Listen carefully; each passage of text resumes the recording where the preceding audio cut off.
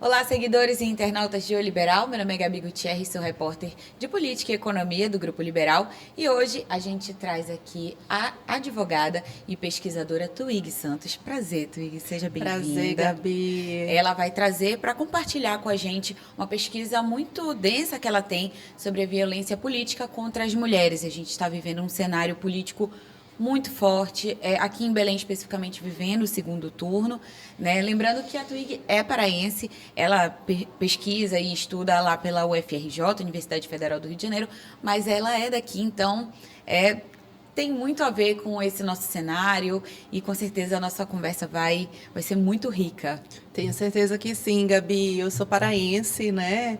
E é um prazer estar de volta aqui para festejar o Círio, mas também para participar de um trabalho de divulgação desse tema tão importante de ser conhecido do público, né? Então, eu não vim aqui só para divulgar o livro que eu publiquei, mas divulgar esse assunto para ser debatido e conhecido por todas as mulheres e por toda a sociedade aqui, né? Para o público que está nos ouvindo. Com certeza. E assim, já que a gente começou desse jeito, te peço para contextualizar um pouquinho, explicar um pouquinho o que seria a violência política de fato contra as mulheres, né? O que caracterizaria esse tipo de violência? Perfeito, Gabi. A violência política contra as mulheres, consiste, né, essa é a definição legal, em toda ação, conduta ou omissão baseada na raça ou no sexo, né? É essa terminologia que a legislação coloca, que tenha a finalidade de impedir, de obstaculizar os direitos políticos das mulheres na sua atuação parlamentar, no exercício das suas campanhas, né, em relação às mulheres candidatas. Portanto, a violência política contra as mulheres, ela é um fenômeno que as atravessa, sobretudo no momento da atuação política. Uhum. E assim, é um tema recente para muita gente, né? Muita gente está sendo introduzido agora isso e essa nova esse novo termo, né? Essa nova nomenclatura. Mas existe um contexto ali, né? Porque essa é uma lei que também é recente, né? Que prevê a garantia do direito da mulher aí na política. E em qual contexto surge esse movimento, né, essa terminologia, mas também essa lei que agora vigora no país, aí na Justiça Eleitoral. Perfeito, Gabi. É muito importante essa sua pergunta, porque dentre os referenciais que eu me baseio para fazer essa pergunta, que são os referenciais das teorias feministas, a importância de nomear os fenômenos para as mulheres, sobretudo no âmbito das violências, ela tem especial relevância, porque é a partir do momento em que elas conseguem identificar o que acontece nas suas vivências, nos seus cotidianos, nos seus atravessamentos nas rotinas de trabalho, que elas conseguem enfrentar as situações problemáticas, nocivas e tóxicas que elas vivenciam.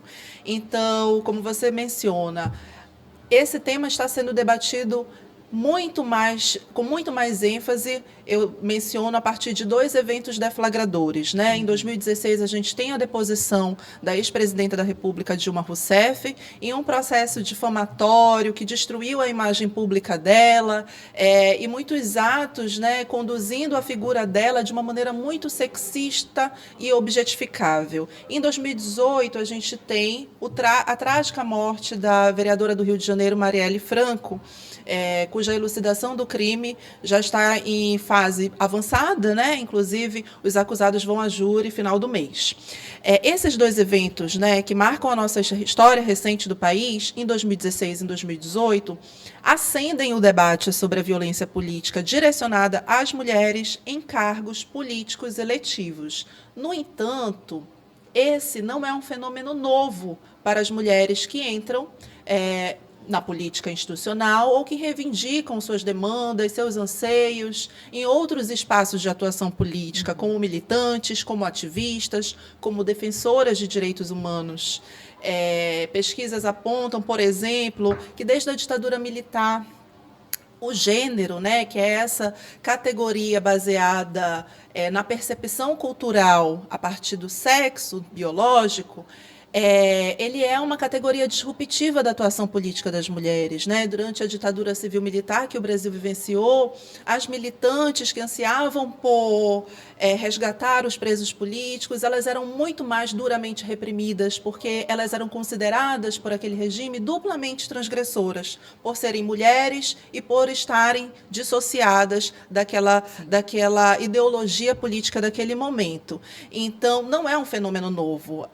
Os ataques na política sempre aconteceram e acontecem, inclusive, com muita contundência e violência letal, muito agravada em relação aos homens. Afinal, são eles que estão majoritariamente eleitos na política, no poder, né? No poder. É o perfil que é ocupado por eles. No entanto, a gente só vai ter uma lei falando sobre isso no Brasil em 2021.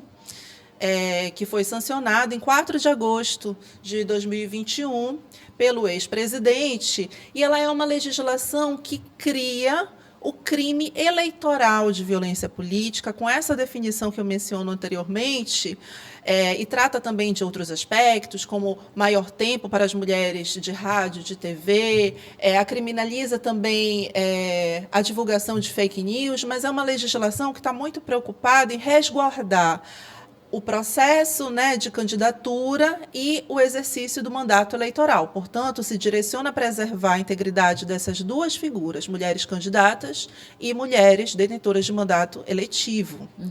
E aí você pode me perguntar, mas e aquele outro grupo que eu acabei de falar? Certo. Mulheres defensoras de direitos humanos, ativistas, representantes de um sindicato, até pré-candidatas, elas não estão, de movimentos populares, onde é que elas estariam nessa legislação? Elas estão protegidas? E aí nós tivemos, logo após o sancionamento dessa lei da violência política contra as mulheres, uma outra lei que inseriu dentro do Código Penal, portanto, que tornou crime, a violência política contra qualquer pessoa que, por razões baseadas em discriminação de raça, procedência nacional, inclui inclusive outros motivos, né? Etnia, sexo, e que, porventura, obstaculize também o exercício dos direitos políticos dessa pessoa, poderá ser responsabilizado. Então, eu tenho 2 crimes, um relacionado às mulheres, que é um crime eleitoral, e um outro relacionado a qualquer pessoa. E por que eu estou dizendo essa conversa que parece ser muito jurídica, né? No que ela importa para a gente e para o público que está nos ouvindo? Porque isso gera uma confusão da gente não ter um entendimento de que, se você está numa atuação, você é garantidor, você está protegido pelo Estado para fazer o seu exercício, a sua atuação, na sua reivindicação legítima de direitos, né? E de atuação política. Certo. E, assim, é um contexto que, como tu falou, abrange a todos nós enquanto mulheres e população, lógico, de modo geral. Mas em que momento e como tu te inseriu nesse debate, assim, para que tu tomasse como um objeto de estudo, realmente? Sim. Então, Gabi, eu concluí o meu mestrado na Universidade Federal do Pará em 2018. Entrei em 2016, concluí em 2018, estudando violências de gênero contra mulheres, né?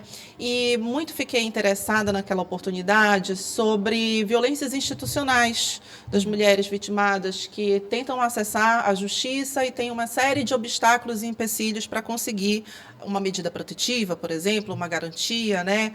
E o pano de fundo naquele momento era a Lei Maria da Penha.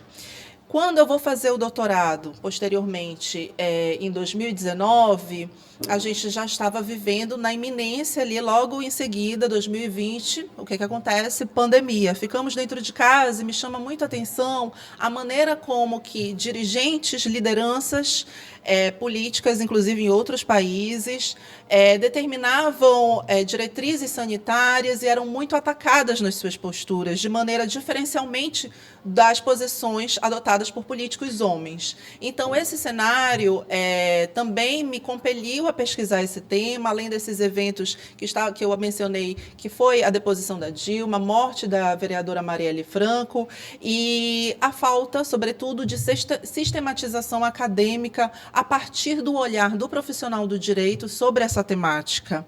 E é assim que eu me insiro. Então, eu me considero uma estudiosa das violências de gênero e tentar compreender esse fenômeno da violência política contra as mulheres, ele me provocou a ampliar o debate sobre isso, né?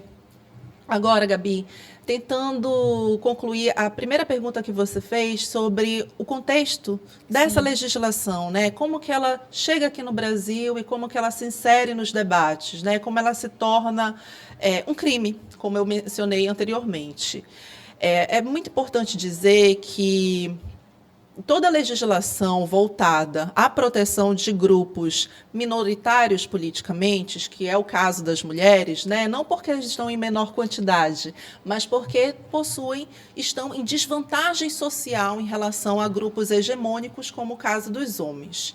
Essas legislações, elas atendem a uma finalidade constitucional, que é a finalidade da nossa Constituição de 1988, que é a finalidade de preservar a garantia da igualdade entre todos na nossa sociedade. Então, a própria Lei Maria da Penha, em 2006, as próprias outras legislações que vieram na sequência, a Lei do Feminicídio, a Lei Mari Ferrer e tantas outras, vêm com a finalidade de dizer o seguinte: as mulheres precisam de uma proteção especial para garantir os seus direitos, porque o que temos até então não estava dando conta de visibilizar e tornar a problemática das violências de gênero, seja no âmbito institucional, seja na esfera pública, seja no âmbito doméstico, sanável.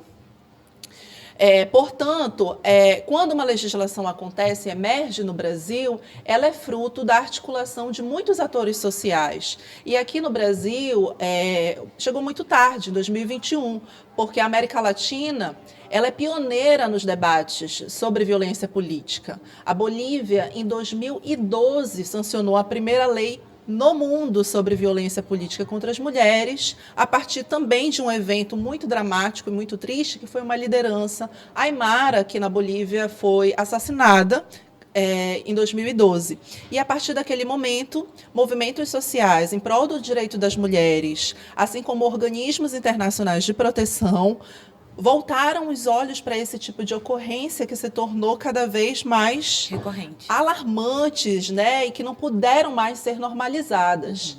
Então, na América Latina, a gente tem vários países que passaram a legislar sobre essa temática e o Brasil vem nessa proposta, né? A própria Organização dos Estados Americanos, a OEA, em 2017, cria uma lei modelo conceituando o que é esse tema e fomentando os debates para que regionalmente aqui nas Américas os países começassem a adequar suas legislações internas para enfrentar esse problema. Então eu tenho várias frentes, né? Movimentos sociais, organismos de proteção de direitos humanos e a própria vivência dos defensores de direitos humanos e de representantes políticos pautando esse debate, o que torna possível a emergência dessa agenda política do debate no Congresso Nacional. Com certeza. E assim, a gente, por mais que tardia, é uma lei que chegou até nós, né? E que hoje está em vigor, apesar de não ter... a gente ainda está... Agora, já 3 anos depois, né, 2024, a gente começa a ouvir mais sobre esse tema, começa a debater mais. E eu te pergunto, o que tu achas que ainda é preciso para que essa legislação avance e vá tomando... Porque, como tu falou, assim, quando ela foi sancionada, surgiu logo em seguida uma outra que já abrangia um outro grupo político, né? Mas ela ainda vai se moldando e vai se modificando. E eu te pergunto, assim, na tua visão de pesquisadora, o que tu acha que ainda falta para que essa legislação tenha a força que ela realmente precisa? Isso, Gabi. Quando uma legislação com essa finalidade surge, existe um tempo de maturação, ou seja, existe um tempo para que as institucionalidades se adaptem a essa nova transformação, né? Portanto, o Ministério Público passa a pautar esse debate e tem consolidado o Ministério Público Eleitoral tem consolidado muitas ações para publicizar, pedagogizar essa temática, assim como as defensorias públicas, assim como a Polícia Federal. Então, é uma legislação que precisa, para a gente falar em português claro, né? Será que essa lei pegou ou não pegou? Será que hoje em dia está se falando mais sobre isso porque a gente tem uma lei ou porque essas ocorrências aumentaram? É muito importante dizer que, com uma norma dessa, a gente dá conta de compreender o cenário a partir de notificações, de representações, de denúncias, de dados que informem como acontece o padrão dessas ocorrências, né? Mas como que o judiciário, por exemplo, o sistema de justiça percebe e absorve essa legislação? Aí a gente tem um caminho que não é de 1 ano, 2 anos, 3 anos, é um tempo de maturação mesmo que novas leis precisam para que a cultura institucional e a cultura da sociedade se adapte à transformação que ela visa alcançar. Agora, respondendo a sua pergunta, em relação ao que eu penso e espero de produção no horizonte curto que essa lei promova, é mais debates sobre isso. É essa oportunidade que eu estou tendo aqui agora de falar para você sobre uma pesquisa que eu desenvolvi, politizar esse debate cada vez mais e dizer para que mulheres candidatas, mulheres que almejam, que sonham com um cargo numa política institucional ou mulheres defensoras de direitos humanos se vejam protegidas pelo Estado, porque o Estado passou a olhar para elas a partir dessa legislação, mas só a lei não é suficiente. A gente também não pode ser ingênuo de acreditar que só a legislação por si só vai nos salvar. O que é que precisa acontecer mediante isso? A construção de políticas públicas robustas para enfrentar o problema. E é isso que os atores sociais que trabalham com essa temática, né, organizações do terceiro setor, informam. É preciso que a gente tem a construção de uma política nacional de enfrentamento à violência política, porque a gente teve, décadas atrás, a Política Nacional de Enfrentamento à Violência Doméstica, por exemplo. Existe um acúmulo sobre isso que pode ser feito. A gente precisa, por exemplo, criar protocolos, e isso, inclusive, observadores internacionais das Nações Unidas também informam que é preciso mecanismos céleres que deem conta de impactar e romper o ciclo dessas violências a que mulheres, nessas instâncias institucionais, são vitimadas, e a gente precisa dar suporte para que as vítimas não sejam ainda mais vulnerabilizadas. Então, escoltas, um fundo necessário para que elas encontrem um programa de proteção específico para elas, que dê suporte para que elas possam continuar desenvolvendo o seu trabalho sem medo de sofrerem novas violências, né? Então, no horizonte muito breve, eu espero que essa política seja construída e se torne concreta e efetiva. Com certeza, todas nós esperamos, com certeza.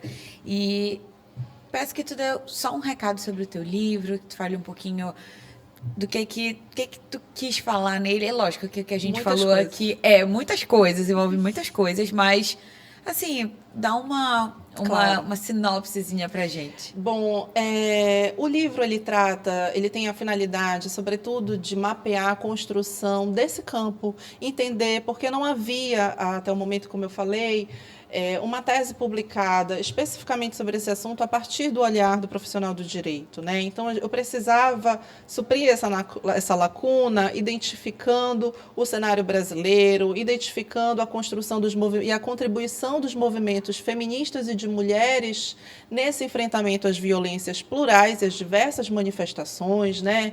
E a gente sabe que, no âmbito da violência de gênero, é muito importante destacar que foi um ganho político também a gente compreender que elas acontecem não só no âmbito físico, não só no âmbito sexual, mas também por meio, né, simbólico, na internet. Os ataques virtuais minam a autoestima das mulheres. Os ataques patrimoniais e econômicos no âmbito da violência política, eles precisam ser cada vez mais publicizados. E quem são os atores que muito incorrem nessa prática e são responsáveis e precisam olhar para as suas práticas? Os partidos políticos, as lideranças e dirigentes partidários, porque são eles que repassam recursos, são eles que promovem o capital, balançam ali o capital político, negligenciando ou não as mulheres dentro daquela estrutura intrapartidária. A gente precisa olhar para essa instância institucional e dizer: a violência política contra as mulheres, seja de todas as suas formas de manifestação, inclusive simbólica, inclusive patrimonial, inclusive econômica, não será mais naturalizada, não será mais tolerada. E, claro que as instituições são reflexo da sociedade. Então, se a gente tem na matriz de formação do Estado brasileiro o racismo, o heterossexismo, o machismo, e que são pilares que estruturam a nossa sociedade, é óbvio que as nossas instituições vão reproduzir essas lógicas, mas a gente está num processo de entender que a democracia não se faz só com cartas de direitos, ela se faz no cotidiano. Portanto, ela merece, né, a democracia para ser consolidada, que a violência de gênero e de raça seja eliminada do nosso cenário.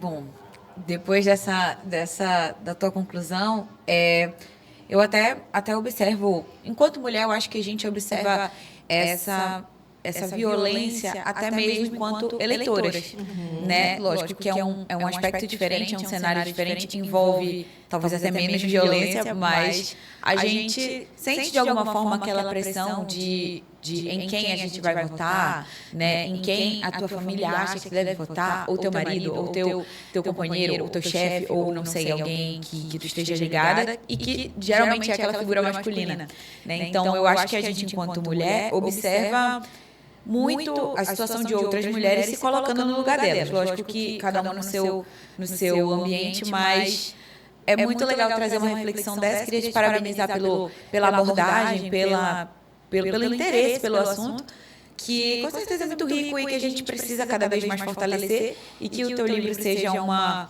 ferramenta de, como tu falou, dar voz e levar para a população, né?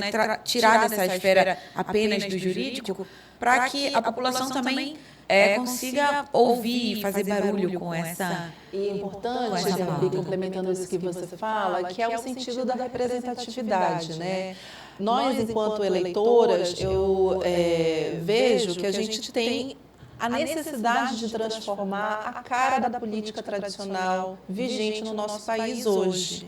Porque ela não só não nos representa no sentido dessas práticas que você menciona, como conluios patriarcais, como compra de votos, como barganhas políticas, experiências que são muito colocadas nesse jogo da velha política. A gente precisa de representantes que efetivamente transformem essa lógica. Então, ainda que a representatividade de mulheres, especialmente mulheres negras, especialmente de mulheres indígenas, mulheres trans, ainda seja muito pequena nas assembleias legislativas, nas câmaras municipais, nas prefeituras, muito menos ainda. Mas é importante que cada menina, cada mulher possa sonhar em transformar essa política e encontrar um caminho viável para que isso aconteça. Porque a política, ela tem uma frase que é muito conhecida, que é: a política é a guerra por outros meios. Mas que a política seja palco de antagonismos, de projetos, de ideias, e não de ataques à pessoa, e não de extermínio à autoestima das mulheres, né? Porque a mensagem que se passa por trás desse tipo de crime é que o espaço das mulheres é o lugar da casa, do doméstico. Portanto, elas são intrusas da esfera pública, elas devem ser extirpadas desse espaço. Para cada vaga que se coloca para uma mulher, é menos a vaga de um homem. Então, como elas ameaçam esse status quo, né? Como elas ameaçam essa hegemonia desse perfil tradicional da velha política, elas, portanto, trazem consigo uma animosidade muito maior. E não é isso. Esse não é o sentido da democracia que a gente quer para o nosso futuro. Bom, eu te agradeço pela presença, pelo bate-papo, foi muito legal. Eu acho que a tua contribuição, como eu já falei, é riquíssima. E eu fico feliz de poder a gente aqui do Liberal poder abrir as portas e te ouvir e passar essa mensagem também para todo mundo que está nos ouvindo. Obrigada, Gabi. Obrigada pelo espaço. Espero te ver novamente. Em breve, se Deus quiser. E eu agradeço você também que acompanhou a gente até aqui. Para ler a matéria na íntegra, é só acessar o nosso portal, liberal.com, e também no jornal impresso, O Liberal. Você pode também ter acesso na íntegra a esse nosso bate-papo. Até a próxima.